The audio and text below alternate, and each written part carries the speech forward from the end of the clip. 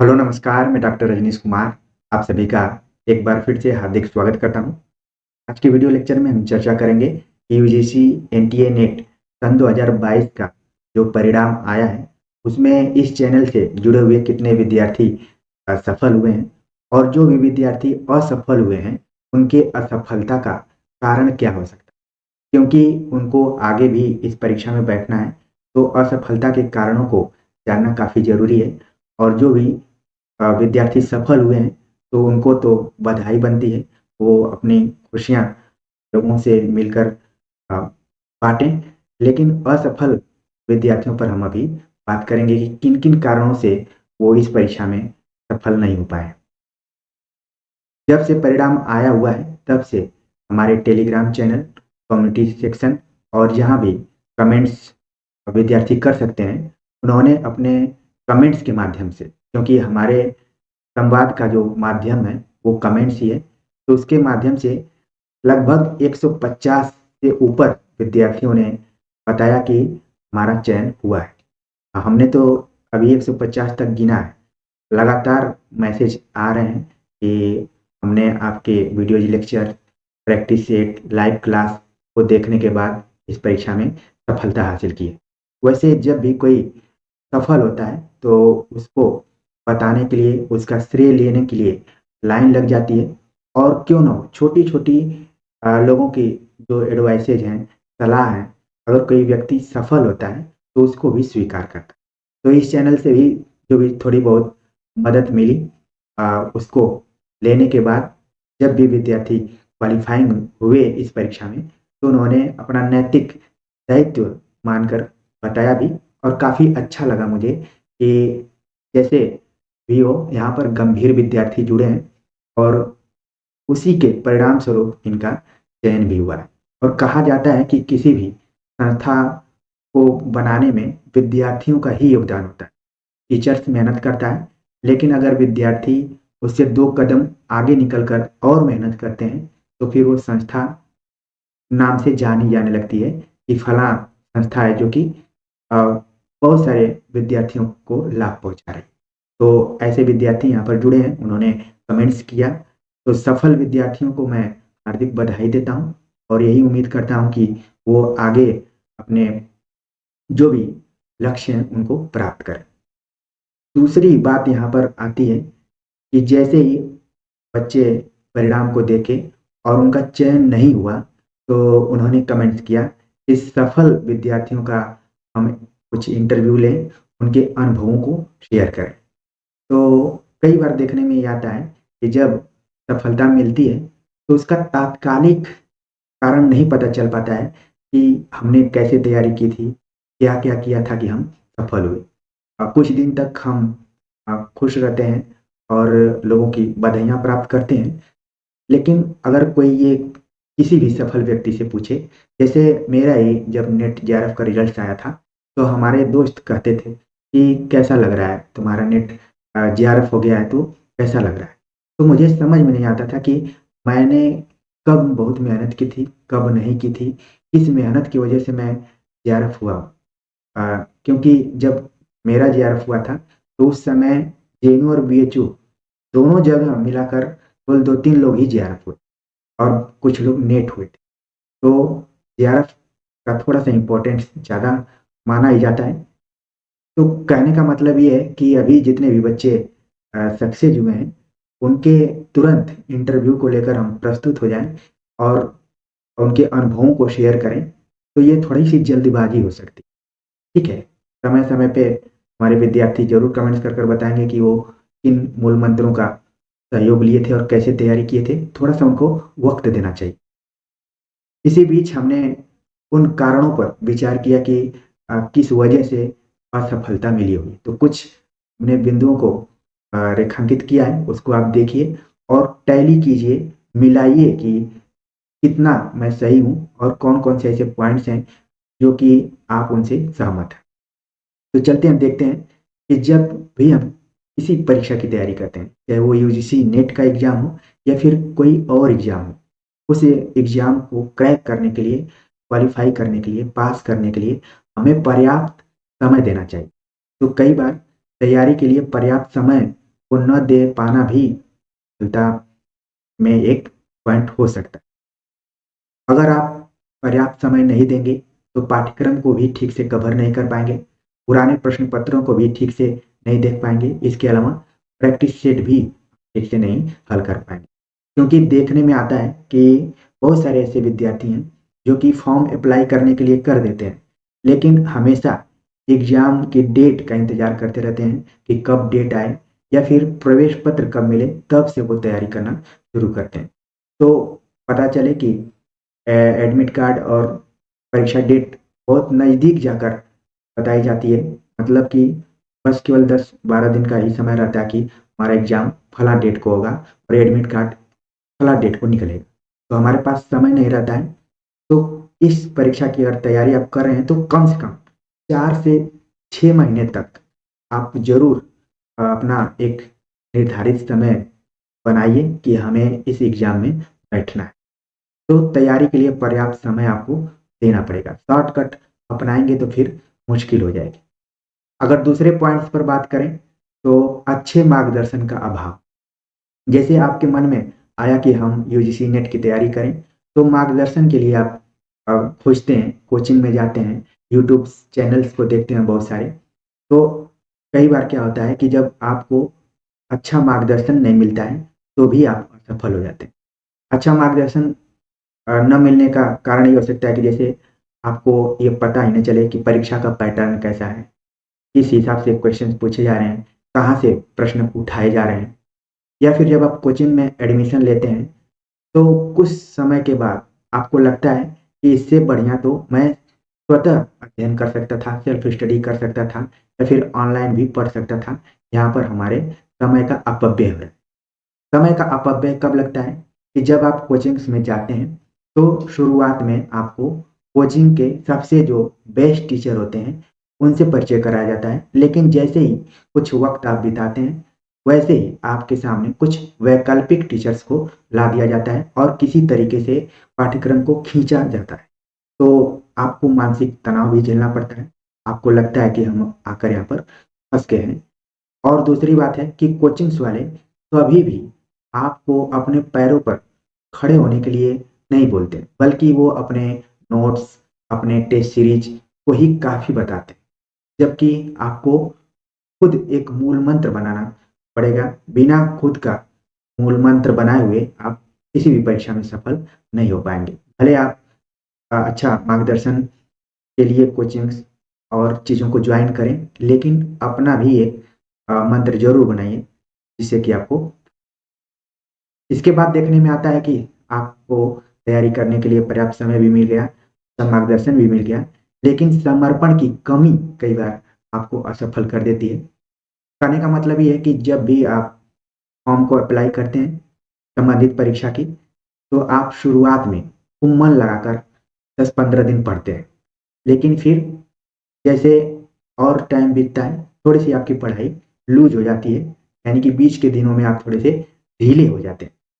और आखिर के दिनों में जब आपको खूब पढ़ना चाहिए, तो आप लापरवाही कई बार बरतना शुरू कर देते हैं या फिर अपने ध्यान को थोड़ा दूसरे जगह भी लगा देते हैं, जिससे कि जो पर्याप्त आपको अपनी तैयारी में देना चाहिए, वहाँ पर आप नहीं ठीक से दे पाते। तो समर्पण को डायरेक्ट बना कर रखना है और ये भी देखने में आता है कि आप लगातार परीक्षा की डेट, प्रवेश पत्र के इंतज़ार में अपने को तनाव में रखते हैं और किताब खोलते हैं, कुछ देर तक पढ़ते हैं, प्रैक्टिस सेट लगाने का प्रयास करते हैं, 2-4 क्वेश्चंस को लगाने के बाद फिर आप देखना शुरू कर देते हैं कि कब तक परीक्षा की डेट आएगी और प्रवेश पत्र कब आएगा। तो ये भी परीक्षा का पार्ट है, लेकिन इससे कई बार परीक्षा की तैयारी प्रभावित भी होती है। तो लगातार आपको डेडिकेशन दिखाना है, समर्पण का भाव मजबूत करते हुए आगे बढ़ना है। तो इस पॉइंट को भी आप ध्यान में रखिए ताकि आगे परीक्षा में आपको समर्पण की कमी न दिखाई पड़े। आगे बात करें अनुशासन की कमी। अनुशासन किसी भी एरिया में काफ़ी इम्पोर्टेंट रोल निभाता है, चाहे वो टीचिंग सेक्टर हो, चाहे स्टूडेंट्स लाइफ, सब में अनुशासन काफ़ी अहम रोल निभाता है। अनुशासन यहाँ पर अगर स्टूडेंट्स लाइफ के दृष्टिकोण से देखें, तो हमारे पढ़ने के ऊपर जो भी खुद का नियंत्रण होता है, उससे रिलेटेड है। हम पढ़ाई करने जब जाते हैं, तो बहुत भारी भरकम टाइम टेबल बना देते हैं। टाइम टेबल आप देखेंगे, तो कई विद्यार्थियों के 12 से 16 घंटे तक के होते हैं। देखने में एक काफ़ी आदर्शवादी टाइम टेबल लगते हैं, लेकिन इसको फ़ॉलो करना, इसका पालन करना काफ़ी चुनौतीपूर्ण होता है। जहाँ हम 12-16 घंटे का बनाते हैं, तो मुश्किल से हम 2-3 घंटे ही पढ़ पाते हैं। तो क्यों ना हम एक ऐसा टाइम टेबल बनाएँ, जिसको कि हम फ़ॉलो कर पाएँ। इसलिए ऐसा टाइम टेबल बनाइए जिसको कि अनुशासित रूप से आप फ़ॉलो कर पाएँ। ये भी देखने में आता है, क्योंकि वर्तमान समय मोबाइल का है, संचार तकनीकी का है, तो इससे भी हम अछूते नहीं रह जाते हैं। लेकिन देखने में ये आता है कि हम काफ़ी इससे प्रभावित होते हैं। इसमें हम अपना समय भी बहुत बेकार में बर्बाद करते हैं। बाद में इसका पता चलता है। तो आवश्यकता से अधिक आपको सोशल मीडिया पर समय नहीं बिताना है। कई बार हम ज़्यादा सक्रिय होते हैं और लगता है कि अभी तो परीक्षा 20 दिन है, 21 दिन है, 25 दिन है, लेकिन फिर समय धीरे-धीरे नज़दीक आता है और हमारे ऊपर प्रेशर बनने लगता है। और समय भटकाने के लिए वर्तमान समय में आप देखेंगे कि बहुत सारे साधन हो गए। जैसे कि आप यूट्यूब खोलेंगे, तो वहाँ भी वो 15-15, 10-10 सेकंड के रील्स दिखाई पड़ते हैं। आप अगर फ़ेसबुक खोलेंगे, वहाँ भी आपको रील्स दिखाई पड़ेंगे। व्हाट्सएप खोलेंगे, तो वहाँ पर स्टेटस आपको चेक करने का बहुत है। तो ये ऐसी चीज़ें हैं कि आपके सेकंड-सेकंड न जाने कितने घंटे में बदल जाते हैं, पता नहीं चलता। तो अब इसको कैसे हम कवर कर सकते हैं? अनुशासन के माध्यम, खुद के ऊपर कंट्रोल करना पड़ेगा। वरना आप अपनी गलती दूसरे के ऊपर थोपने का प्रयास करेंगे कि फलाँ यूट्यूब चैनल को मैंने देखा, मेरा समय बर्बाद हुआ। फलाँ कोचिंग में पढ़ रहा था, मेरा समय बर्बाद हुआ, मैं खुद से कर लेता। तो अगर आप खुद अनुशासित रहेंगे, तो आपके सफलता का श्रेय सभी लोग लेंगे। लेकिन जब आप अनुशासित नहीं रहेंगे, तो फिर वही आपको दोबारा से मेहनत करना पड़ेगा। तो ध्यान में रखिए कि अनुशासन को कैसे बनाए रखें। इसके बाद हम देखते हैं कि सब कुछ होने के बावजूद परीक्षा एजेंसियों की लापरवाही और सेंटर का दूर होना भी कई बार असफलता का कारण बन जाता है। जैसे इसी एनटीए नेट की बात करें, तो कई चरणों में इसने एग्ज़ाम करवाया और एडमिट कार्ड, जो कि आपको लगभग 21 दिन पहले के दे देना चाहिए, जिससे कि आप मानसिक रूप से तैयार हो सकें कि हमारा सेंटर कहाँ है। और आप ट्रेन बुक कर लें, आराम से रिज़र्वेशन करके वहाँ पर पहुँच जाएँ, या फिर जैसे भी आपको कम से कम 20-21 दिन पहले पता हो कि आपका एग्ज़ाम सेंटर कहाँ है। लेकिन इस बार देखने में आया कि 1-2 दिन पहले पता चला कि आपका प्रवेश पत्र निकला, आपका सेंटर कहाँ है। तो इसमें भागम-भाग बहुत हुई। कुछ बच्चों ने कमेंट्स किया था कि उनका क्वालीफाइंग इसलिए नहीं हो पाया कि वो सेंटर पे ठीक से नहीं पहुँच पाए। रात भर वो जर्नी करते रहे, सुबह स्टेशन पहुँचे, फिर उनकी तबीयत खराब हो गई, जो कि एक चिंता की बात है। इसको ध्यान में रखना चाहिए परीक्षा एजेंसियों को कि कम से कम 20-21 दिन पहले उनको घोषित कर देना चाहिए कि कहाँ पर सेंटर है। तो सेंटर का अनुकूल न होना भी असफलता का कारण बन सकता है।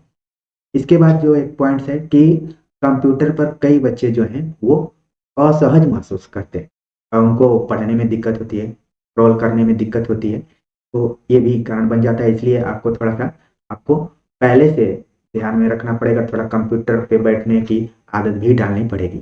कुछ दिन पहले, 10-15 दिन पहले, जिससे कि आप अधिक से अधिक समय व्यतीत करें, आपके सिर में दर्द इत्यादि ना हो। कई बार बच्चे इसके भी शिकार हो जाते हैं, तो इसको भी आप ध्यान में रखिए।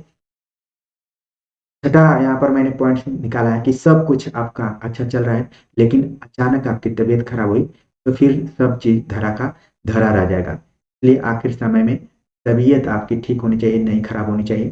कई बार तबीयत इत्यादि खराब होने के बाद भी आप असफल हो जाते हैं।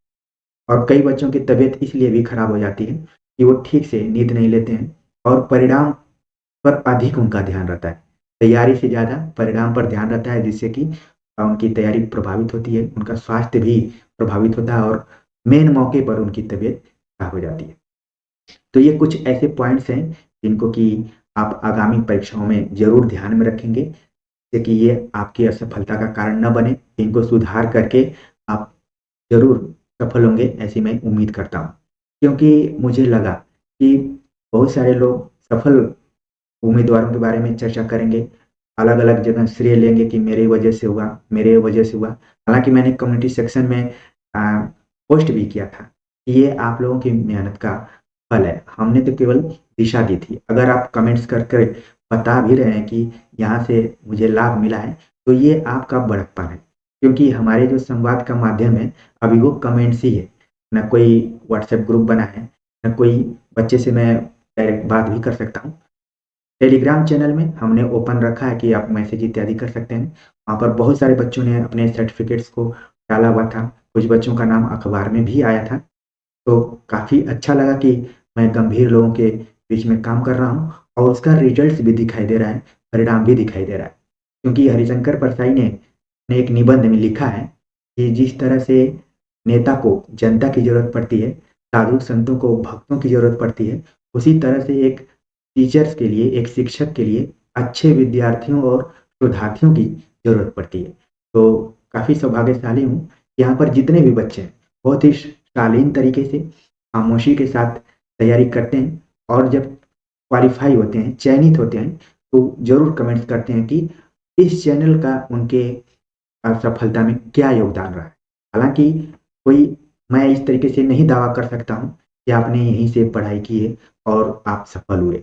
हाँ, थोड़ा बहुत ज़रूर आपको फ़ायदा मिला होगा क्योंकि जब कोई भी व्यक्ति टू द पॉइंट बात करता है और आपके करियर को लेके चिंतित रहता है, हमेशा आपको गाइड करने का प्रयास करता है, तो उसका रिज़ल्ट सकारात्मक ही आता है। तो मुझे उम्मीद भी थी और शुरुआत में रिज़ल्ट्स के दिन मुझे भी थोड़ी-सी चिंता थी कि जो भी बच्चों को मैंने पढ़ाया था उसमें कितना उनको फ़ायदा मिलेगा। क्योंकि परीक्षा ऐसी चीज़ होती है कि उसमें कई तरीके के लोग शामिल होते हैं। कई लोग हैं जो कि 3 से 4 बार नेट जेआरएफ हैं, कोई बच्चा है जो कि पहली बार इसमें शामिल हो रहा है। तो ज़ाहिर-सी बात है कि जो पहले से इस एग्ज़ाम की तैयारी कर रहा है, वो ज़्यादा फाइट करने की कोशिश में रहेगा, वो ज़्यादा क्वालीफाइंग के रेस में रहेगा। जो पहली बार बैठ रहा है, कई लोग तो पेपर देखने के लिए बैठते हैं, कुछ बच्चे हैं जो कि पहली बार में भी सेलेक्ट हो जाते हैं। तो सफलतम लोगों की कहानी तमाम तरीके से लिखी जा सकती है, लेकिन इस बीच हमें उस पॉइंट्स पर ध्यान देना था जिससे कि हमें असफलता मिलती है। क्योंकि अगर अपने असफलता वाले पॉइंट्स को हम जान जाएँगे, तो फिर हम किसी भी परीक्षा में सफल हो सकते हैं। तो उम्मीद है कि ये सारे पॉइंट्स आप अपने दिमाग में रखेंगे, आगे की परीक्षा में इनको दूर करने का प्रयास करेंगे। तो कमेंट्स कर कर ज़रूर बताइए कि आज का ये वीडियो लेक्चर आप सभी को कैसा लगा। मिलते हैं एक नए टॉपिक और लेक्चर के साथ, तब तक के लिए नमस्कार।